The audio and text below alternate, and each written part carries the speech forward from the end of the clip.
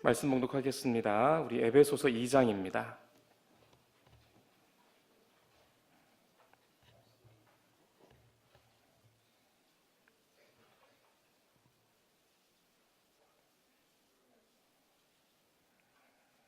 (1절과) (8절까지) 말씀을 한 절씩 교독하겠습니다.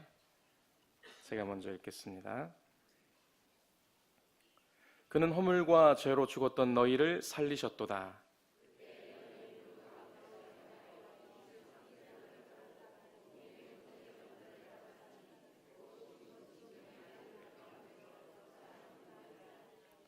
전에는 우리도 다 그 가운데서 우리 육체의 욕심을 따라 지내며 육체와 마음에 원하는 것을 하여 다른 이들과 같이 본질상 진노의 자녀였더니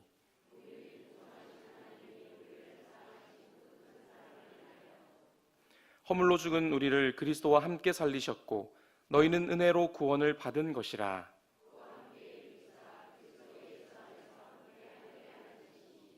이는 그리스도 예수 안에서 우리에게 자비하심으로써 그 은혜의 지극히 풍성함을 오는 여러 세대에 나타내려 하심이라. 너희는 그 은혜에 의하여 믿음으로 말미암아 구원을 받았으니 이것은 너희에게서 난 것이 아니요 하나님의 선물이라. 아멘. 자, 오늘은 전지적 작가 시점, 전지적 주님 시점이라는 제목 가지고 함께 하나님 말씀 나누었으면 좋겠습니다. 소설을 읽는 관점 중에 전지적 작가 시점이라는 이 방법이 있죠. 말대로 주인공의 내면과 외면을 다 오고 갈 수 있는, 다시 말해서 전지적인 능력을 가진 것처럼 주인공의 마음을 들었다 놨다 하는 표현을 하면서 하는 그 관점이 전지적 작가 시점입니다. 이걸 패러디해서 요즘 프로그램 중에 전지적 참견 시점이라는 프로그램이 있습니다. 혹시 보셨습니까? 네, 보신 분들은 고개를 한번 끄덕여 주시면 좋겠습니다. 네, 아마 보신 것 같아요. 거기 보면 이제 연예인들과 그리고 연예인들의 매니저의 이 모습들이 등장을 하는데, 늘 화려해 보이던 연예인들의 그 뒷면에 그들을 이렇게 받쳐주고 있는 매니저들의 모습이 등장합니다.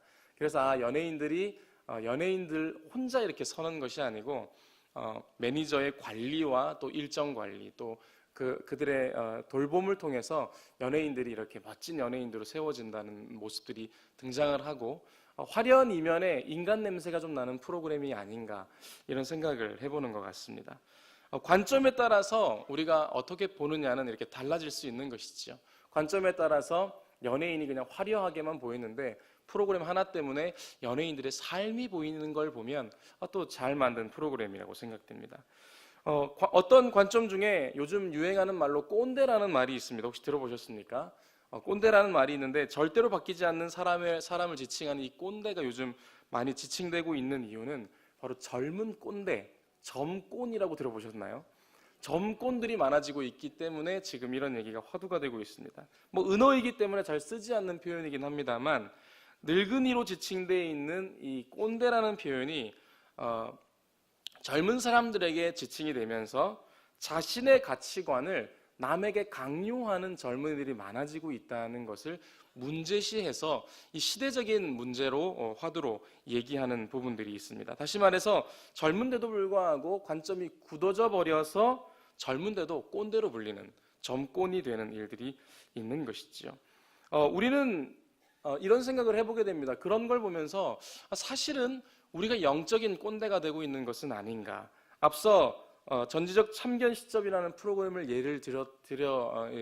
예를 들었듯이 우리가 어떤 면에서는 신앙생활하고 있는 모습을 너무 획일적인 모습, 그리고 이래야 한다는 나도 모르게 고착화돼 버린 신앙의 딱딱함들이 오히려 열린 마음을 닫아버리고 서로가 서로를 사랑해야 함에도 불구하고 그렇지 못할 때가 많은 것이죠. 관점을 바꾸려고 우리가 시도를 해야 하고 서로 다르게 보려고 애를 써야 하지만, 예수님이 오셔도 바뀌지 않을 것 같은 내 안에 있는 사람들에 대한 관점이 있어서 어쩌면 공동체가 무거워지고 딱딱해지고 어려워지는 시점이 있지는 않은가라는 생각을 해보게 됩니다. 오늘 그 이미지를 하나 보여주시면요. 네, 이미지를 하나 보여주시면 27세 되었던 김모군, 마케팅 회사에 일을 하고 있었던 김모군이 최근에 식사 중에 이 한 자리에서 한 살 위 직장 상사에게 큰 꾸지람을 받았습니다.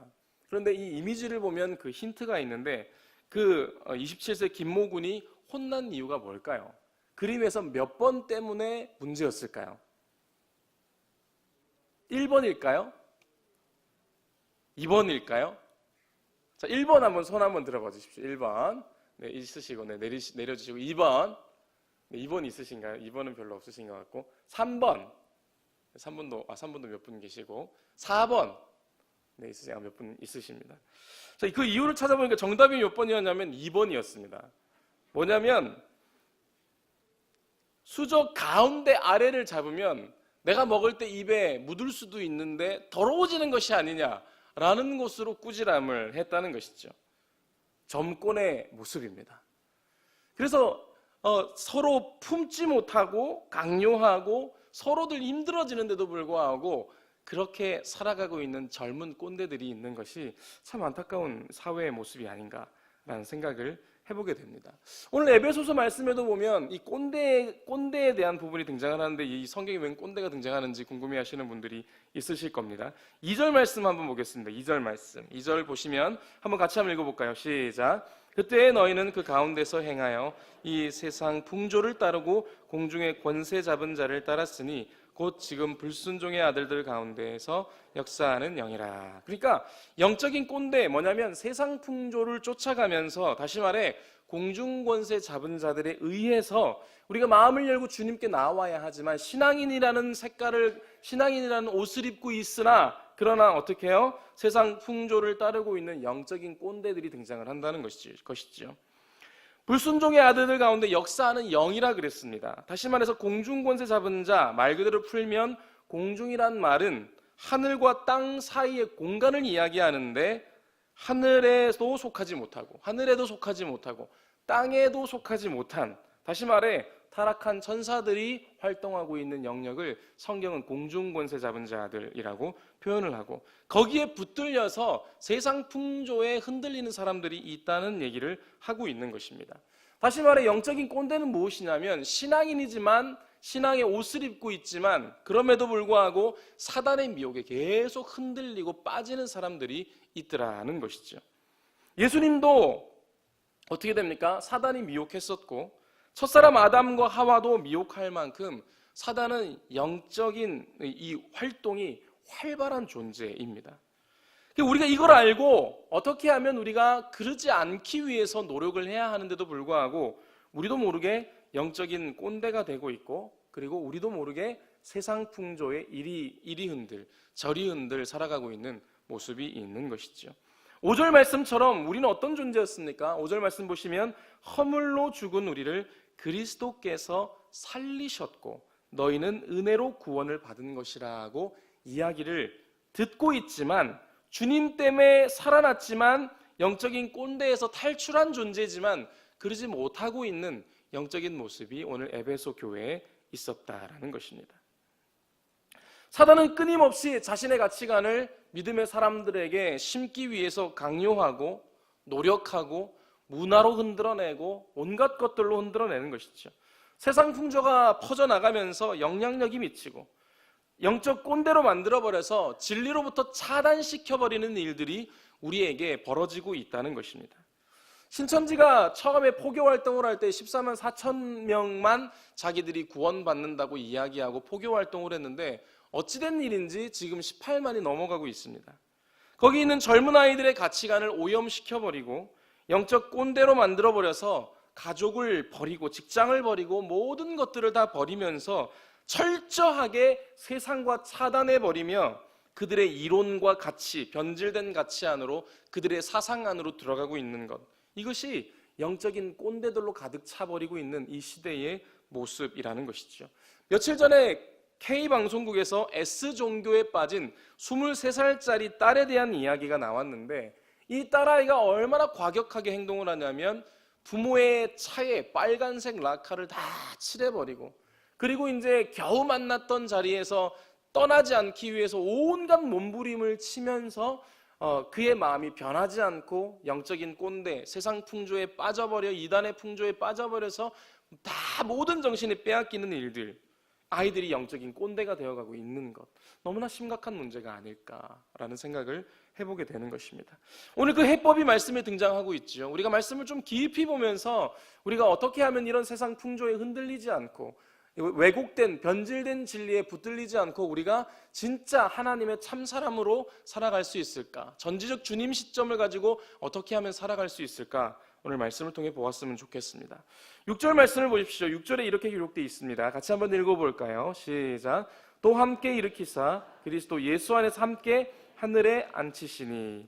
그러니까 우리가 영적인 꼰대에서 탈출하고 전지적 주님 시점을 갖기 위해서는 어떻게 해야 하냐면 예수 안에서 함께 하늘에 앉아야 된다는 겁니다. 옆에 계신 우리 가족에게, 또 옆에 계신 우리 형제 자매들에게 하늘에 앉아야 합니다. 얘기를 해주십시오.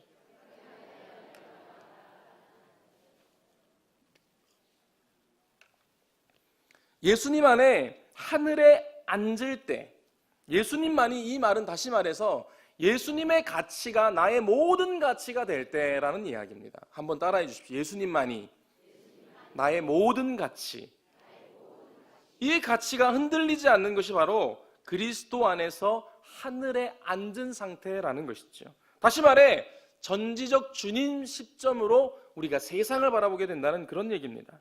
하늘에 앉히시니 어떻게 됐습니까? 여러분들 혹시 비행기를 타보셨죠? 하늘로 올라가 보면 우리가 딛고 있는 이 세상이 어떻게 보이십니까? 점점 작아지고, 그리고 건물에 둘러싸여서 볼 수 없었던 땅들이 어떻게 보입니까? 모습이 드러나기 시작하고, 그렇죠? 보이기 시작합니다. 삶의 영역이 환하게 보이는 것이죠. 그러니 하늘 시점으로, 그리스도 안에 있는 주님 시점으로 세상을 바라볼 때 우리의 마음은 영적인 꼰대, 이 세상에 있는 그 조금의 가치에 목매다는 그런 존재들이 아니라 우리는 저 높은 하늘에서 하나님이 보여주시는 시점으로 살아갈 수 있겠다라는 것이죠. 다시 말해 땅에 살아가면서 땅에 있는 좋은 것, 꿈을 쫓아 살아나가는 사람들은 땅만 바라보고 살아가지만, 그러나 우리에게는 이상을 주시는 눈이 있다는 것입니다. 복음의 이상, 하나님의 놀라운 천상의 이상을 우리에게 주셔서 우리가 그것으로 살아갈 수 있는 충분한 능력을 주셨다는 것을 우리는 말씀을 통해 알 수 있는 것이죠. 누군가 이 이상을 말할 때 우리는 그렇습니다. 땅에 속한 사람들은 그 이상을 의심합니다. 현실의 눈으로 보기 때문에 그렇습니다. 계산을 해보고 이해타산을 따진 뒤 이상적인 이야기를 하는 사람을 보고 우리는 흔히, 그렇죠, 뜬구름 잡는 이야기만 하는 사람이라는 잘못된 인식을 하기도 하고, 이루어지지 않을 것 같은 이상을 바라는 사람들을 현실적이지 않다고 외면해버리는 일들도 우리에겐 있는 것이죠. 그러나 정말 우리가 영적인 꼰대가 되어서 이 땅에 있는 논리와 이상의 가치만 쫓아 살아나가다 보면 세상은 결국 어떻게 되겠습니까? 이상은 사라져버리고 복음의 이상, 주님이 우리에게 보여주시고자 하는 그 높은 뜻을 우리가 점점 헤아릴 수 없는 영적인 문외한들이 될 수밖에 없는 것이죠. 주님과 함께 하늘에 앉아 세상을 바라보는 눈이 우리에게 열려지시기를 바랍니다. 우리가 그렇게 복음 안에, 주님 안에 들어올 때, 그것을 회복할 때에 우리에게 이상이 실현되기 시작하고 현실은 넘어서야 할 과제가 될 줄로 믿습니다. 현실에 안주해버리고 아무것도 할 수 없는 상황으로 우리가 살아가고 있다면, 지금 내 현실이 이러니 내가 이걸 할 수 없다고 단정 지어버릴 때 그 사람은 그런 존재로 인식되어 버릴 수밖에 없는 것이죠. 그건 누가 좋아하는 일이겠습니까? 그거는 공중권세 잡은 사단이 좋아하는 일입니다.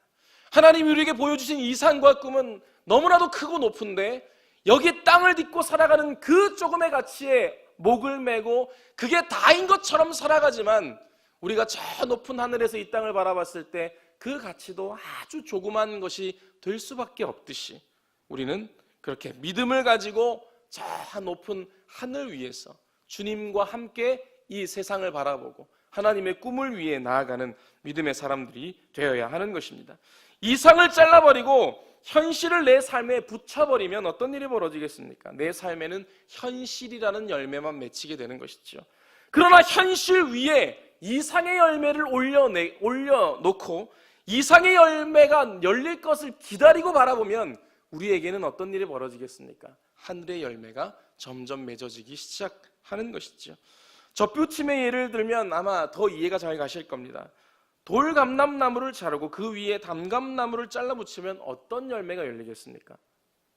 담감나무가 당연히 열리겠지요. 이처럼 세상의 풍속을 따르는 과거를 잘라내버리고 그 위에 예수님으로 덧붙여야 성령의 열매가 열리는 것이고 이상의 열매가 열리는 것입니다. 우리 옆에 계신 분에게 한 번 더 이상의 열매를 맺어야 합니다. 그것은 복음의 열매며 그것은 성령의 열매며 그것은 주님의 뜻에 합한 하늘의 열매인 것이죠. 그러나 우리가 삶을 더 이상 그런 이상을 향해 나아가지 못하고 그냥 처해 있는 현실에 안주해 버릴 때 그 사람은 그 현실로 그저 그냥 끝나버리고 마는 것이죠. 하나님이 우리에게 보여주시는 꿈과 이상을 실현할 수 없게 되는 것입니다. 우리가 더 이상 그 어떤 마음으로 살아가는 것이 아니고 주님이 보여주시는 말씀의 뜻, 하늘의 뜻을 붙들고 살아가시는 우리 모두가 되시기를 바랍니다. 공중권세 잡은 자들은 끊임없이 어떻게 합니까? 높은 것만 추구하지요. 그러나 우리 예수님은 반대로 깊이를 추구하십니다. 이 땅에 오셔서 낮고 낮은 자리에 오셔서 더 깊이 내려오셔서 결국엔 이루신 것은 무엇입니까? 깊이 들어가면 들어갈수록 그 높음은 실현될 수밖에 없는 것이죠. 그런 높이의 이 세상의 욕망과 가치에 거기에 매여 높음만 추구하다 보면 바벨탑처럼 무너질 수밖에 없는 것입니다. 오히려 높은 자리를 다 버리고 낮아지신 그 예수님의 길을 따라 내려갈 때 내려가면 우리 안에는 하늘의 높음의 이상이 우리에게 실현되는 것이죠. 영적 꼰대가 되어서 현실에 머물러 버리거나 나의 가치를 다른 사람들에게 강요하고 있다면 그것은 우리가 회복해야 할 마음일 것입니다. 열려진 마음으로 누군가 어떤 이야기를 해올 때 가능성과 하나님의 뜻이 있다면 함께 마음을 모아 가야 하지 않겠습니까? 우리는 너무나도 현실주의다 보니까 지금 교회에서도 사람들 세우는 것도 얼마나 힘들어지고 있는지 모릅니다.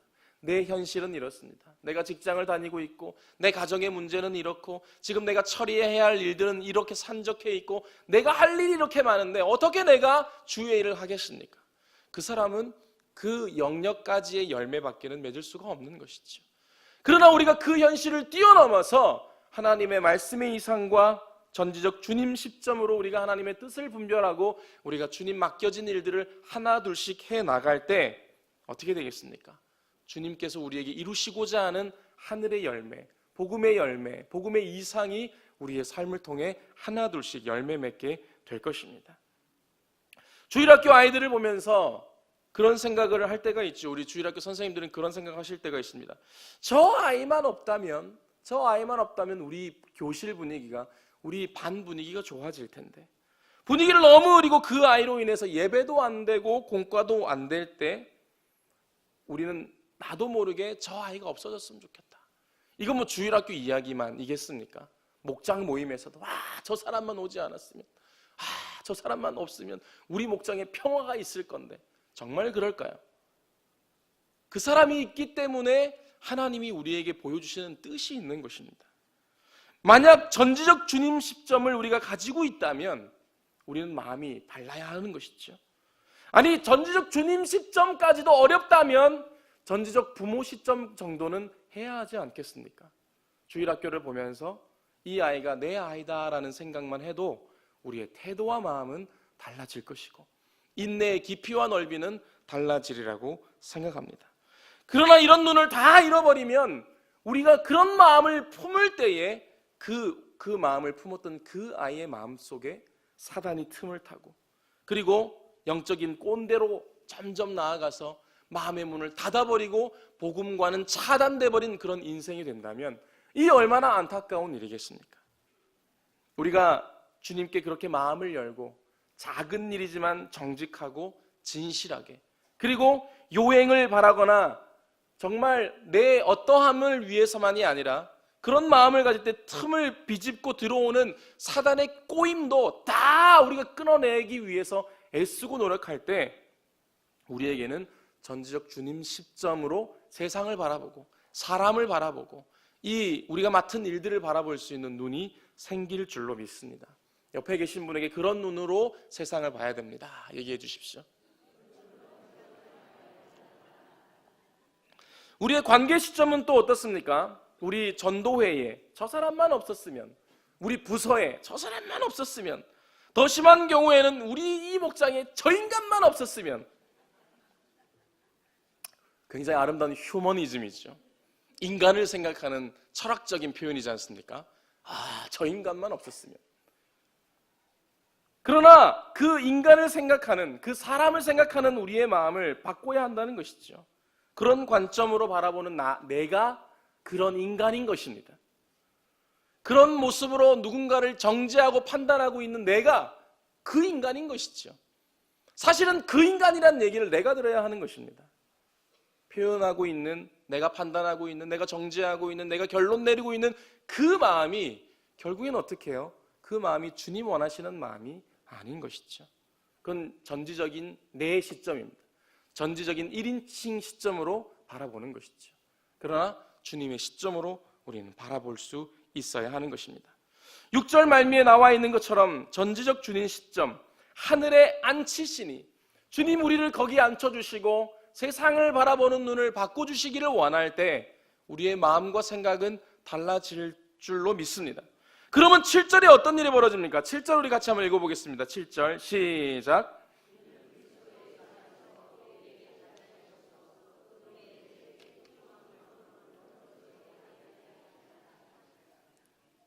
그래서 우리가 관점을 회복하고 전지적 주님 시점으로 하늘에 올라 하늘에 앉히시는 그 주님의 영역에서 세상을 바라볼 때 우리에게는 자비하심으로 그 은혜의 지극히 풍성함을 오는 여러 세대에 나타낼 수 있는 믿음의 사람이 되는 것입니다. 여기 자비하심이란 단어는 헬라어 크레스토테스라는 단어인데 이 단어의 의미는 뭐냐면 가치라는 의미입니다. 다시 말해 가치를 회복하는 것이죠. 가치를 회복하게 되는 것입니다. 저 사람의 가치, 내가 가치 있다면 내 옆에 있는 사람도 가치 있는 것 아니겠습니까? 내가 저 인간이라고 부르는 그 사람을 위해서도 예수님은 십자가에 못 박혀 죽으신 것입니다. 그런 관점으로 우리가 사람을 바라보고 사건을 바라보고 공동체를 바라볼 때 우리에게는 전지적 주님 시점으로 보는 믿음의 눈이 열리게 되는 것이죠. 로마서 3장 12절은 이렇게 이야기합니다. 로마서 3장 12절, 다 치우쳐 함께 무익하게 되고 선을 행하는 자는 없나니 하나도 없도다.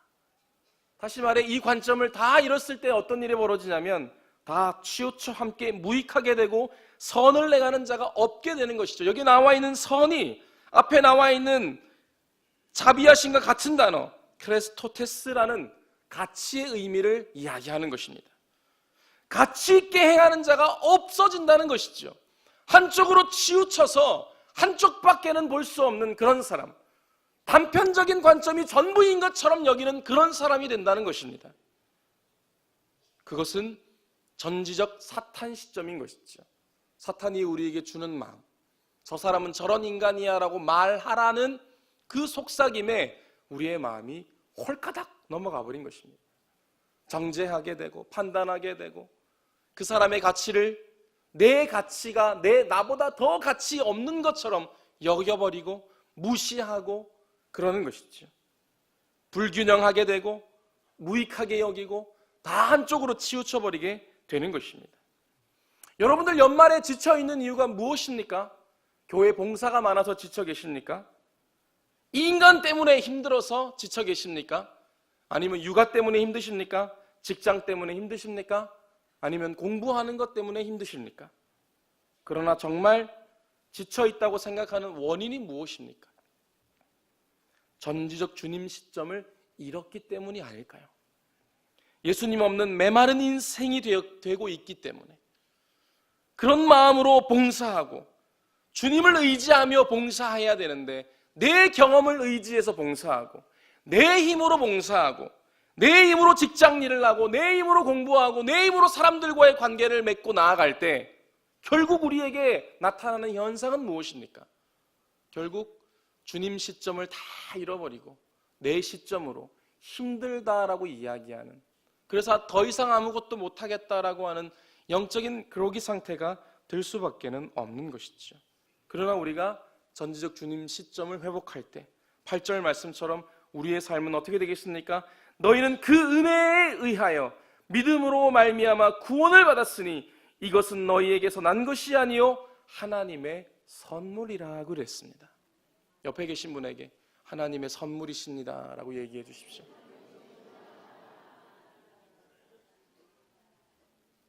우리가 이 마음을 회복하면 우리 인생은 하나님의 선물이 되는 것이죠.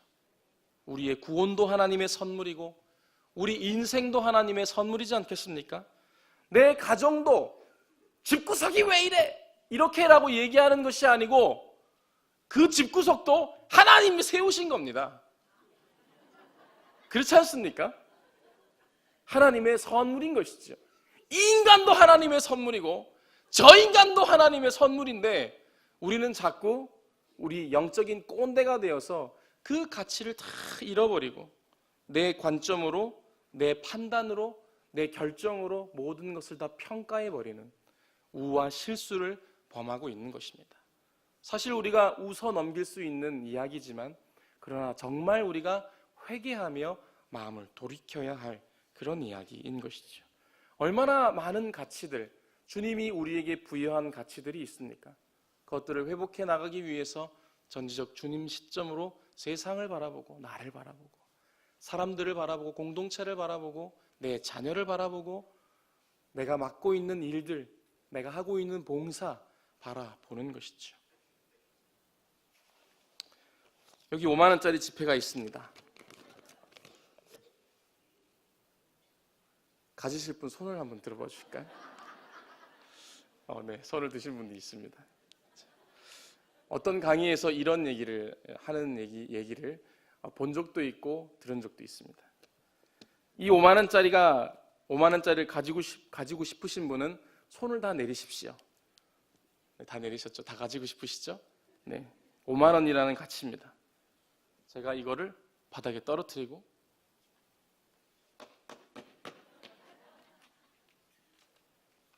밟았습니다. 가치가 변했습니까? 그래도 이 5만 원짜리를 가지실 분들은 손을 내리십시오. 다 가지고 싶으시죠? 가지고 싶지 않으신 분들, 저 뒤에 손 드는 분들도 계신데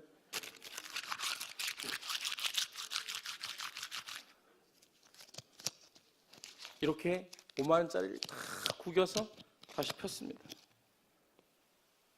자, 그래도 5만 원짜리 받으실 분들은 손을 내리십시오. 네, 다 가지고 싶으시죠? 과감한 시도를 해보겠습니다.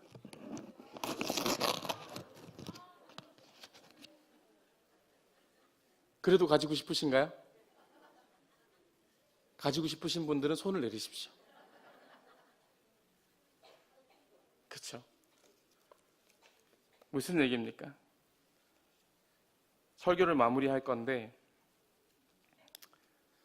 주님이 우리에게 부여한 가치가 있습니다. 그 가치가 밟히고 찢어지고 깨어지고 접히고 무너져도 우리의 가치가 변하겠습니까? 지금 여러분 어떤 일 때문에 힘들어하고 계십니까? 지금 무엇 때문에 고통스러워하고 무엇 때문에 힘들어하십니까?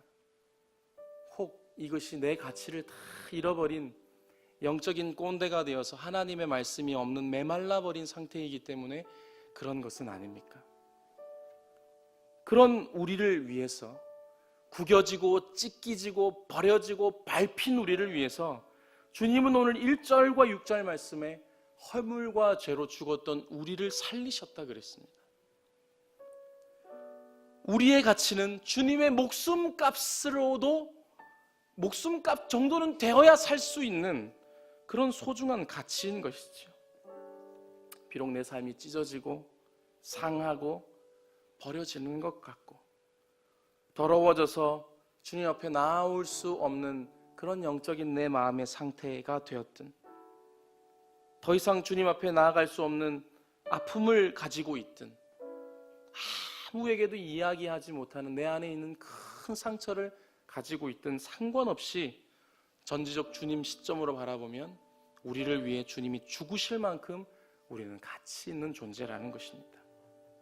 여기 계신 모든 분들이 다 어떤 분도, 그 어떤 분도 무가치한 인생이 없고 무의미한 인생은 없는 것이죠. 찢기셨습니까? 상하셨습니까? 버려져서 홀로 눈물을 흘리고 계십니까? 더러워져 주님 옆에 나오기가 주저되십니까? 그러나 괜찮습니다. 주님이 우리를 위해서 죽으시고 우리를 위해 다시 사셨고 주님 때문에 오늘도 의미 있고 가치 있다는 것을 우리가 알 때 우리의 인생은 전지적 주님 시점으로 살아가는 그런 인생 될 줄로 믿습니다. 이루어놓은 것이 없어도 내가 지금 이 세상 살아갈 동안 내가 뭘 했나? 60인생, 70인생, 50인생 살아가면 이루어놓은 것이 이거밖에 없는가? 라고 원망을 할지 모르겠지만 그 인생을 위해서도 주님은 목숨을 다해 사랑해 주셨고 그 인생도 주님의 목숨값만큼이나 높은 가치가 있다는 것을 우리는 잊지 말아야 하는 것입니다. 전지적 주님 시점으로 나를 그런 눈으로 바라볼 뿐만이 아니라 내 곁에 있는 사람, 너무나 미운 나의 가족, 끊어버리고 싶은 공동체의 일원들, 정말 대하고 싶지 않은 그런 사람들이 눈앞에 어른거릴 때 우리는 기억해야 하는 것이죠. 허물과 죄로 죽을 수밖에 없는 나를 위해 그리스도께서 나를 목숨으로 구하셨고 살리셨다는 것, 그것을 오늘 기억했으면 좋겠고 그런 마음으로 우리가 오늘 마음을 주님 앞에 올려드렸으면 좋겠습니다. 이 찬양 주님 손에 맡겨드리니 나의 삶 주님께 주님 손이 나의 삶을 붙드네. 나의 모든 것, 내가 믿는 것, 내가 속한 분, 내 삶의 이유가 되시는 분이 주님으로 결론 나시는 우리 모두가 되시길 소망합니다.